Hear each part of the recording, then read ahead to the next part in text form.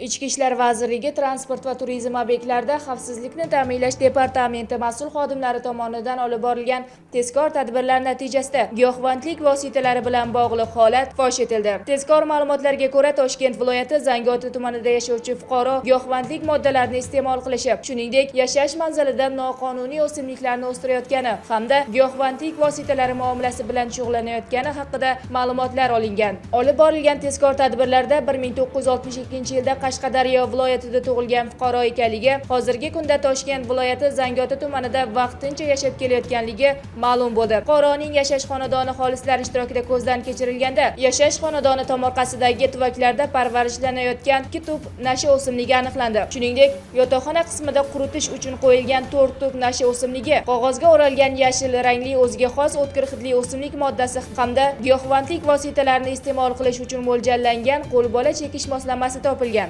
Aniqlangan barcha ashyoviy dalillar xolislar ishtirokida ko'zdan kechirilib, rasmiylashtirib olingan. Dastlabki surishtiruvlar davomida fuqaro ushbu tuvakdagi o'simliklar nasha o'simligi ekanligini, o'zi iste'mol qilishi uchun ekib, parvarishlab kelayotganligini, quritib qo'ygan 4 tup o'simliklar qog'ozga o'ralgan yashil rangli o'ziga xos o'tkir hidli o'simlik moddasi o'ziga tegishli ekanligini ma'lum qilgan. Mazkur holat yuzasidan fuqaroga nisbatan O'zbekiston Respublikasi Jinoyat kodeksining 270 hamda 276-moddalari bilan jinoyat ishi qo'zg'atilib, hozirda dastlabki tergov harakatlari olib borilmoqda.